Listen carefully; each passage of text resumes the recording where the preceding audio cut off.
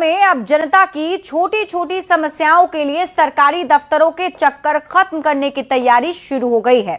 सरकार ने सहयोग शिविर अभियान की शुरुआत कर दी है और मुख्यमंत्री सम्राट चौधरी ने अधिकारियों को साफ चेतावनी दी है। ये तस्वीरें छपरा के सोनपुर में आयोजित सहयोग शिविर की हैं। मुख्यमंत्री सम्राट चौधरी ने आज सोनपुर के डुमरी बुजुर्ग नया गांव में इस विशेष शिविर का उद्घाटन किया। सरकार का दावा है कि इन शिविरों के जरिए लोगों की समस्याओं का समाधान स्थानीय स्तर पर ही किया जाएगा, ताकि आम जनता को राहत मिले और सरकारी व्यवस्था ज्यादा जवाबदेह बन सके। सहयोग शिविर को लेकर मुख्यमंत्री बेहद गंभीर नजर आए। लगातार दूसरे दिन उन्होंने अधिकारियों को सख्त चेतावनी देते हुए साफ कहा कि जनता के आवेदन मिलने के 30 दिनों के भीतर समस्या का समाधान हर हाल में करना होगा। मुख्यमंत्री ने यहाँ तक कह दिया कि अगर 31वें दिन तक समाधान नहीं हुआ तो संबंधित अधिकारी को मुख्यमंत्री कार्यालय की ओर से स्वतः ही निलंबित किया जाएगा। सरकार की इस पहल को प्रशासनिक जवाबदेही से जोड़कर देखा जा रहा है। वहीं लोगों को उम्मीद है कि अब जमीन, राशन, पेंशन, बिजली, आवास और अन्य सरकारी योजनाओं से जुड़ी समस्याओं का समाधान तेजी से होगा। अब देखना होगा कि सरकार की ये नई व्यवस्था जमीनी स्तर पर कितना असर दिखाती है। पटना के नौबतपुर में भी आज सहयोग शिविर का आयोजन किया गया। कार्यक्रम का उद्घाटन बिहार सरकार के उप मुख्यमंत्री विजय कुमार चौधरी ने दीप प्रज्वलित कर किया और इस दौरान जिलाधिकारी और एसएसपी समेत वरीय अधिकारी भी मौके पर मौजूद रहे।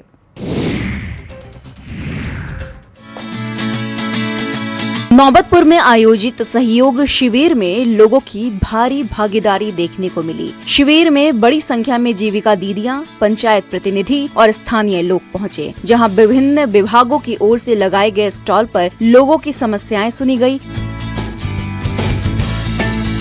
योजनाओं की जानकारी दी गई और लाभार्थियों को मौके पर सहायता उपलब्ध कराने का प्रयास किया गया। कार्यक्रम में पहुंचे बिहार के उप मुख्यमंत्री विजय कुमार चौधरी ने महिलाओं के सशक्तिकरण और ग्रामीण विकास को लेकर सरकार की प्रतिबद्धता दोहराई। उन्होंने कहा कि मुख्यमंत्री सम्राट चौधरी की सरकार चाहती है कि लोगों की समस्याओं का समाधान उनके घर के पास ही हो, ताकि आम जनता को सरकारी दफ्तरों के चक्कर न लगाने पड़े। शिविर में सुरक्षा व्यवस्था को लेकर पुलिस प्रशासन पूरी तरह मुस्तैद दिखा। वहीं जीविका दीदियों और पंचायत प्रतिनिधियों की भारी उपस्थिति से कार्यक्रम का माहौल उत्साहपूर्ण बना रहा।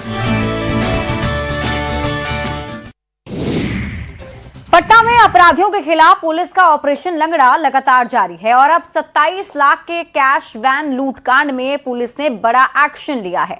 गिरफ्तारी के दौरान भाग रहे आरोपी को पुलिस ने पैर में गोली मार दी, जबकि दूसरा बदमाश भागने के दौरान घायल हो गया।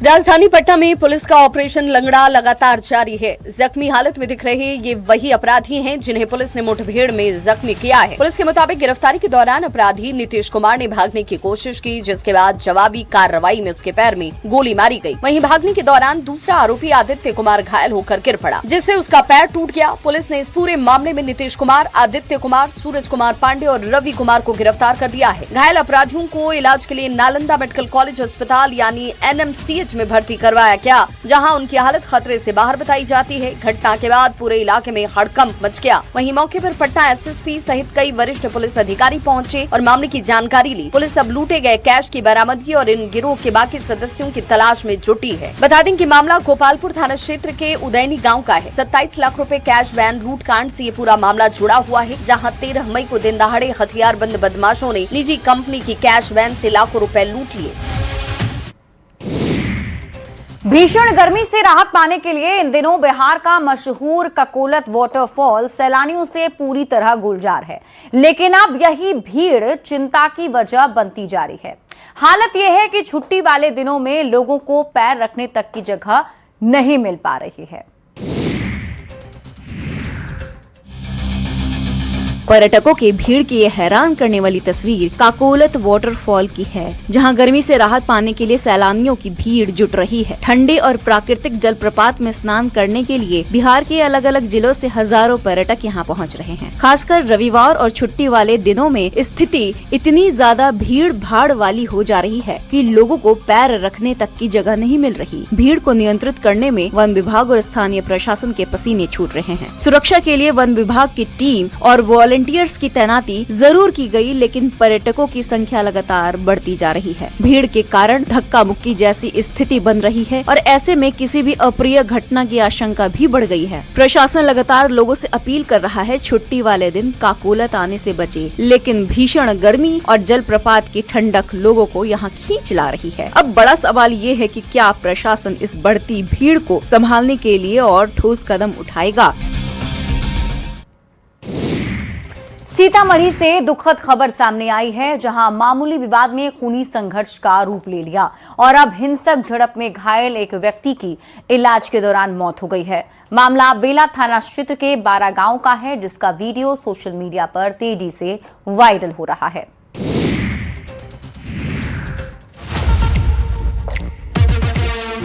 मोबाइल के कैमरे में कैद खूनी संघर्ष की तस्वीरें सीतामढ़ी से सामने आई हैं, जहां मामूली विवाद ने हिंसक रूप ले लिया और अब इस खूनी संघर्ष में घायल एक व्यक्ति की इलाज के दौरान मौत हो गई है। मामला बेला थाना क्षेत्र के 12 गांव का है, जहां 5 दिन पहले दो पक्षों के बीच जमकर मारपीट हुई। इस हिंसक झड़प का वीडियो अब सामने आया, जिसमें दोनों पक्ष एक दूसरे पर हमला करते दिखाई दे रहे हैं। बताया जाता है कि इस घटना में दोनों पक्षों के करीब आधा दर्जन लोग घायल हुए, जिनमें 2 की हालत बेहद गंभीर है। गंभीर रूप से घायल गुलाम साबिर और एक अन्य व्यक्ति को बेहतर इलाज के लिए पटना रेफर किया गया था, लेकिन इलाज के दौरान गुलाम साबिर की मौत हो गई। जैसे ही मौत की खबर गांव पहुंची, परिवार में कोहराम मच गया, पूरे इलाके में मातम पसर गया। वहीं दूसरा घायल अब भी जिंदगी और मौत से जूझ रहा है। घटना के बाद गांव में तनाव का माहौल बना हुआ है। पुलिस ने मामले में प्राथमिकी दर्ज कर ली और पूरे मामले की जाँच शुरू कर दी है।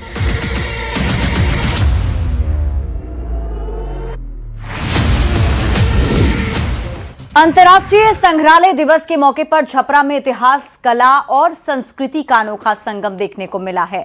कला एवं संस्कृति विभाग की ओर से आयोजित आओ चले संग्रहालय की ओर कार्यक्रम में स्कूली छात्र छात्राओं और शिक्षकों को संग्रहालय भ्रमण कराया गया।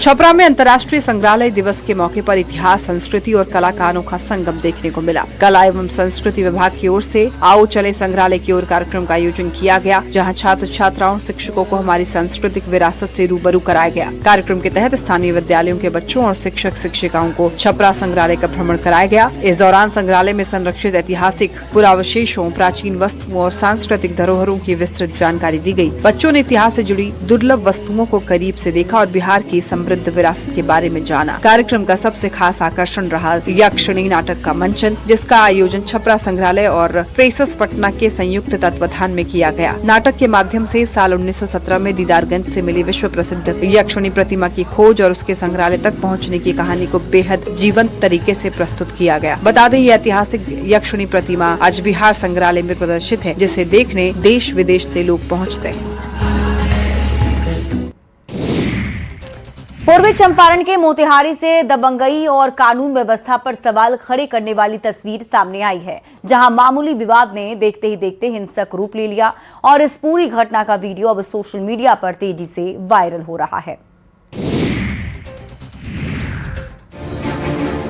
मारपीट करते लोगों की ये तस्वीरें मोतिहारी की है, जहां मामूली विवाद ने अचानक हिंसक रूप ले लिया। पिपरा थाना क्षेत्र के बेदीबंद मधुबन पंचायत चौक के पास सैकड़ों लोगों की भीड़ लाठी डंडों के साथ एक घर पहुंच गई और जमकर हंगामा और मारपीट की घटना को अंजाम दिया गया। घटना का वीडियो अब सोशल मीडिया पर तेजी से वायरल हो रहा है। वायरल वीडियो में साफ देखा जा सकता है कि बड़ी संख्या में लोग उग्र होकर एक व्यक्ति के घर के बाहर जुटे हैं और लाठी डंडों के साथ हंगामा कर रहे हैं। बताया जा रहा है कि यह पूरा मामला किसी मामूली विवाद से शुरू हुआ था, लेकिन देखते ही देखते तनाव इतना बढ़ गया कि भीड़ नैनावती देवी के घर पहुंच गई। आरोपी की वहां उनके साथ मारपीट की गई। पीड़ित पक्ष की ओर से मामले की लिखित शिकायत पुलिस को दी गई है। वहीं वीडियो सामने आने के बाद पुलिस पूरे मामले की जांच में जुट गई है। स्थानीय लोगों का कहना है कि अगर समय रहते स्थिति को नियंत्रित नहीं किया जाता तो मामला और गंभीर हो सकता था। फिलहाल इलाके में तनाव का माहौल बना हुआ है और पुलिस वायरल वीडियो के आधार पर आरोपियों की पहचान करने में जुटी हुई है, लेकिन जिस तरह लोग एक दूसरे पर वार कर रहे हैं वो हैरान करने वाला है। सिमडेगा में देर रात एक अफवाह ने ऐसा असर दिखाया कि पेट्रोल पंप पर अफरा तफरी मच गई। तेल खत्म होने की खबर फैलते ही लोग डब्बा, गैलन और ड्रम लेकर पेट्रोल डीजल जमा करने पहुंचने लगे। प्रशासन अब लोगों से अफवाहों पर ध्यान न देने और सोशल मीडिया की भ्रामक खबरों से बचने की अपील कर रहा है। हाथ में गैलन लिए पेट्रोल पंप पर दिख रहे लोगों की भीड़ की ये तस्वीरें सिमडेगा की है, जहां सोमवार की देर रात अफवाह ने ऐसा असर दिखाया कि पेट्रोल पंप पर अफरा तफरी का माहौल बन गया। लोग हाथों में डब्बा, गैलन और ड्रम लेकर बड़ी संख्या में पेट्रोल पंप पहुंचने लगे। मामला शहर के हिल व्यू स्कूल के पास स्थित पेट्रोल पंप का है, जहां अचानक सैकड़ों लोगों की भीड़ जुट गई। जानकारी के मुताबिक शहर में ये अफवाह फैल गई थी कि देश में तेल का भंडारण खत्म होने वाला है, जिसके बाद लोग घबराकर पेट्रोल और डीजल जमा करने के लिए पेट्रोल पंप पहुंचने लगे। स्थिति इतनी बिगड़ गई कि पेट्रोल पंप परिसर में अव्यवस्था फैल गई। सड़क पर लंबी कतारें लग गई और लोगों के बीच तेल लेने की होड़ मच गई। वहीं जानकारी मिलते ही संजीत कुमार पुलिस बल के साथ मौके पर पहुंचे। उन्होंने लोगों को समझाया कि ये सिर्फ अफवाह है और घबराने की कोई जरूरत नहीं। पुलिस ने लोगों को अफवाह पर ध्यान नहीं देने की और शांति बनाए रखने की अपील की। पूर्वी बिहार की लाइफलाइन कहे जाने वाले विक्रमशिला सेतु पर अब जल्द ही जिंदगी लौटने वाली है। BRO यानी बॉर्डर रोड ऑर्गेनाइजेशन की टीम दिन रात मेहनत कर यहां बेली ब्रिज तैयार करने में जुटी है।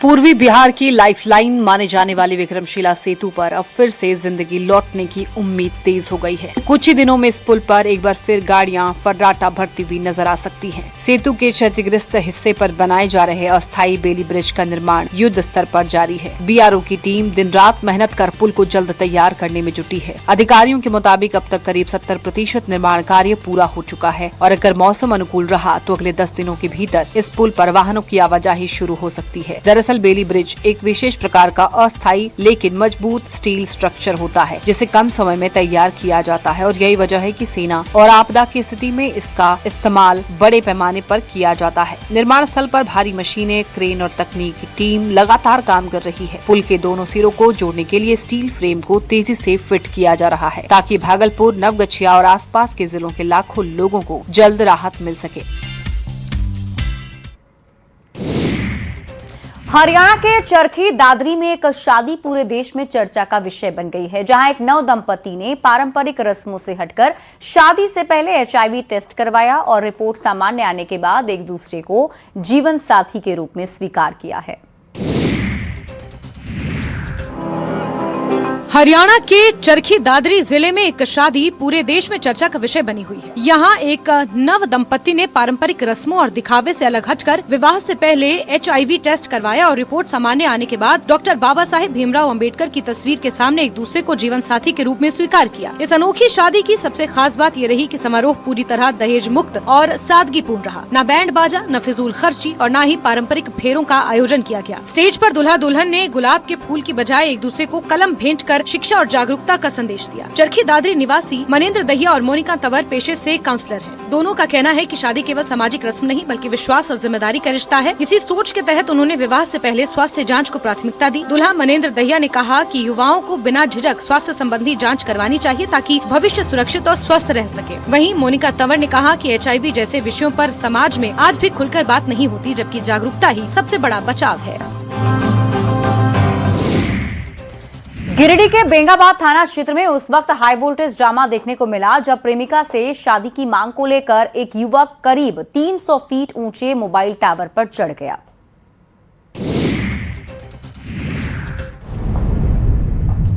ऊपर टावर पर बैठा युवक और नीचे खड़ी भीड़ की ये तस्वीरें गिरिडीह की, जहां उस वक्त हाई वोल्टेज ड्रामा देखने को मिला जब अपनी प्रेमिका से शादी की जिद लेकर एक युवक करीब 300 फीट ऊंचे मोबाइल टावर पर चढ़ गया। ये मामला बेंगाबाद थाना क्षेत्र के मोतीलेदा गांव का है, जहां गांव निवासी संजय रजक ने प्रेम विवाह की मांग को लेकर मोबाइल टावर पर चढ़कर हंगामा शुरू कर दिया। पता जा रहा है कि युवक का गांव की ही एक युवती से प्रेम प्रसंग था, लेकिन दोनों परिवार इस रिश्ते के लिए तैयार नहीं थे। इसी बात से नाराज होकर युवक ने कदम उठाया। टावर पर युवक को चढ़ा देख गाँव में अफरा तफरी मची। बड़ी संख्या में ग्रामीण मौके पर जुट गए। जानकारी मिलते ही बेंगाबाद की पुलिस टीम मौके पर पहुंची और करीब कई घंटों तक चले ड्रामे के बाद पुलिस और स्थानीय लोगों ने युवक को समझाने की कोशिश की। आखिरकार शादी का आश्वासन मिलने के बाद युवक टावर से नीचे उतरने के लिए तैयार हुआ। वहीं गांव में इस घटना को लेकर तरह तरह की चर्चाएं भी हो रही है, लेकिन सवाल ये है, क्या जान दांव पर लगाकर टावर पर चढ़ना उचित है? औरंगाबाद के बेल हाई स्कूल से शिक्षा व्यवस्था को शर्मसार करने वाली तस्वीर सामने आई है, जहां एक हेडमास्टर पर अपनी स्कूल की शिक्षिका के साथ क्लासरूम में बच्चों के सामने मारपीट करने का आरोप लगा है। क्लासरूम में रोती महिला की तस्वीरें औरंगाबाद की है, जहां विद्यालय के हेडमास्टर पर अपनी सहकर्मी शिक्षिका के साथ बेरहमी से मारपीट करने का आरोप लगा है। हेडमास्टर की दबंगई देखने को मिली है। पीड़ित शिक्षिका अमृता कुमारी ने ओबरा थाने में प्राथमिकी दर्ज कराने के लिए आवेदन दिया है, जिसमें उन्होंने आरोप लगाया है कि स्कूल में समय पर आने जाने को लेकर हेडमास्टर उन्हें लगातार प्रताड़ित करते थे। शिक्षिका का कहना है कि हेडमास्टर खुद समय पर स्कूल नहीं आते थे और जब उन्होंने इसे सत्यापित करने के लिए मोबाइल से GPS फोटो लेने की कोशिश की तो हेडमास्टर भड़क गए। आरोपी इसके बाद क्लासरूम में बच्चों के सामने ही शिक्षिका के साथ मारपीट की गई। इतना ही नहीं, उनका मोबाइल भी तोड़ने का प्रयास किया गया। घटना के दौरान दूसरी शिक्षिका नीलम कुमारी ने बीच बचाव कर किसी तरह पीड़िता को सुरक्षित बाहर निकाला। इस घटना के बाद स्कूल परिसर में हड़कंप का माहौल है। वहीं पीड़ित शिक्षिका ने पुलिस से आरोपी हेडमास्टर के खिलाफ सख्त कार्रवाई की मांग की है। फिलहाल पुलिस आवेदन के आधार पर मामले की जाँच में जुट गई है। ऐसे में सवाल यह है कि HM को मारपीट करने का हक किसने दिया? क्या विभाग दबंग HM पर कार्रवाई करेगा? जमशेदपुर के दलमा स्थित माकुला कोचा में कला और पर्यावरण संरक्षण का अनोखा संगम देखने को मिला है। कलाकारों ने अपनी पेंटिंग्स के जरिए वन्य जीव संरक्षण, हाथियों की सुरक्षा और पर्यावरण बचाने का संदेश दिया है।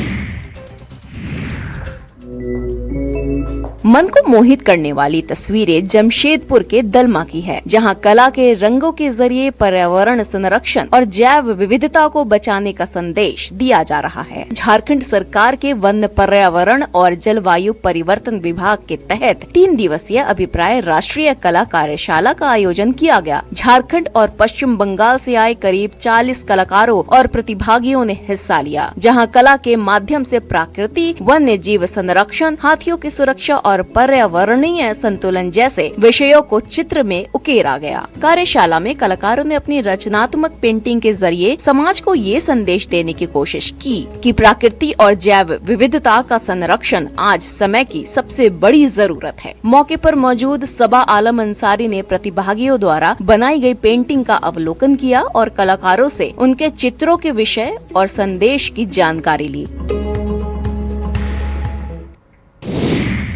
कन्याकुमारी से कश्मीर तक करीब 5000 किलोमीटर की ऐतिहासिक दौड़ पूरी कर इंडियन ऑस्ट्रेलियन एथलीट ओम सतीजा श्रीनगर पहुंच गए हैं और उनकी ये मुहिम अब जागरूकता और प्रेरणा की मिसाल बन गई है।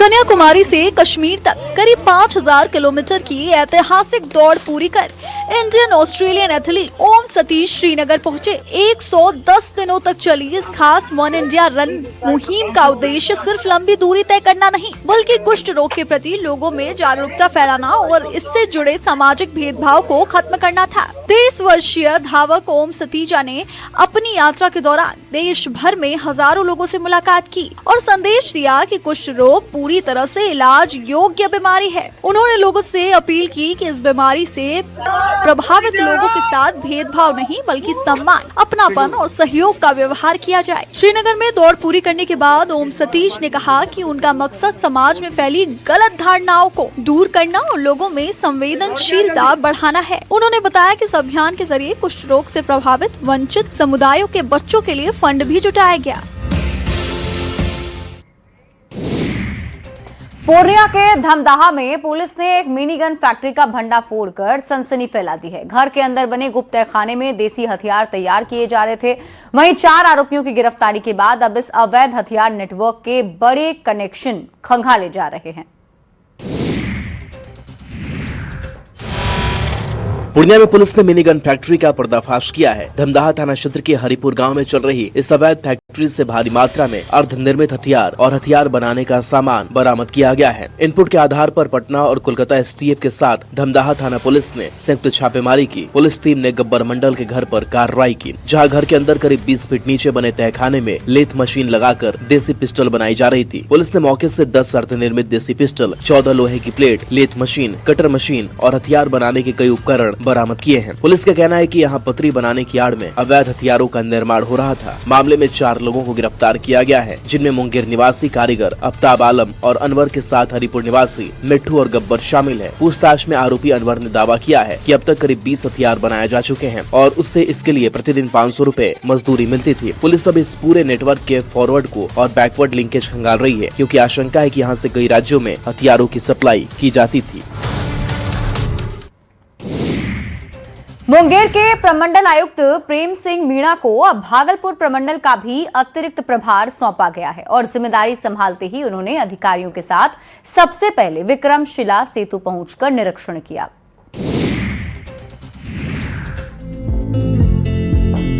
मुंगेर के प्रमंडलीय आयुक्त प्रेम सिंह मीणा को अब भागलपुर प्रमंडल का अतिरिक्त प्रभार भी सौंप दिया गया है और जिम्मेदारी संभालते ही उन्होंने सबसे पहले विक्रमशिला सेतु का निरीक्षण किया। सीधे विक्रमशिला सेतु पहुंचे, जहां हाल ही में हुए क्षतिग्रस्त हुए हिस्से पर बनाए जा रहे अस्थायी बेली ब्रिज निर्माण कार्य का जायजा लिया। निरीक्षण के दौरान विक्रमशिला सेतु पर निर्माण एजेंसियों और तकनीकी अधिकारियों से कार्य की प्रगति की जानकारी ली गई। मौके पर भागलपुर के जिलाधिकारी समेत कई विभागों के वरिष्ठ अधिकारी भी मौजूद रहे। प्रेम सिंह मीणा ने कहा कि सरकार की प्राथमिकता लोगों को बेहतर और आसान कनेक्टिविटी उपलब्ध कराना है और इसी दिशा में तेजी से काम किया जा रहा है। उन्होंने अधिकारियों को निर्देश दिया कि निर्माण कार्य गुणवत्ता के साथ तय समय सीमा में पूरा हो, ताकि आम लोगों को जल्द राहत मिल सके। विक्रमशिला सेतु के क्षतिग्रस्त होने के बाद भागलपुर और नवगछिया के बीच आवाजाही प्रभावित हुई थी।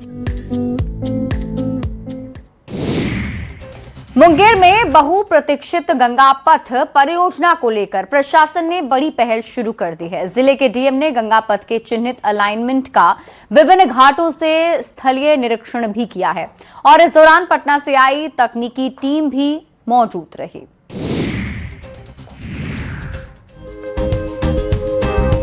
मुंगेर में गंगा पथ निर्माण को लेकर बड़ी पहल शुरू हो गई है। जिले में बहुप्रतीक्षित गंगा पथ परियोजना को जमीन पर उतारने की तैयारी तेज कर दी गई है। इसी कड़ी में जिलाधिकारी निखिल धनराज निप्पाणीकर ने चिन्हित अलाइनमेंट का विभिन्न गंगा घाटों से निरीक्षण किया। निरीक्षण के दौरान पटना से आई गंगा पथ निर्माण टीम के अधिकारी भी मौजूद रहे। डीएम ने बताया कि जिले में गंगा पथ निर्माण की तैयारी के तहत अलाइनमेंट को चिन्हित कर लिया गया है। आज हेरू दियारा से लेकर करबला घाट, दुमंटा घाट, कंकर घाट, पेलन बाजार घाट, सोची घाट, बबुआ घाट और कष्टहरणी घाट तक विस्तृत निरीक्षण किया गया। जिलाधिकारी ने कहा कि निरीक्षण के बाद विस्तृत रिपोर्ट विभाग को भेजी जाएगी और मंजूरी मिलते ही निर्माण कार्य शुरू कर दिया जाएगा। माना जा रहा है कि गंगा पथ बनने से मुंगेर में यातायात व्यवस्था बेहतर होगी, साथ ही विकास और पर्यटन को भी नई रफ्तार मिलेगी। वहीं संभावित बाढ़ को देखते हुए डीएम ने गंगा घाटों और तटबंधों का भी जायजा लिया। जिन स्थानों पर सुरक्षा और मजबूती की जरूरत है, वहाँ तत्काल कार्रवाई के निर्देश दिए गए। साथ ही एडीएम आपदा को समय रहते सभी तैयारियां पूरी करने को कहा गया।